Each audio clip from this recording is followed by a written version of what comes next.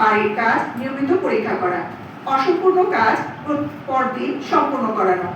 ভালো প্রস্তুতির জন্য প্রশংসা করা, দুর্বলদের অতিরিক্ত সময় দেওয়া, অভিভাবকের সহযোগিতা নেওয়া, সাপ্তাহিক পুনরাবৃত্তি ক্লাস নেওয়া, মাসিক মূল্যায়ন করা, শিক্ষার্থীদের নিজে প্রশ্ন তৈরি করতে উৎসাহিত করা, দলভিত্তিক প্রতিযোগিতা আয়োজন করা, সৃজনশীল চিন্তার প্রশ্ন করা,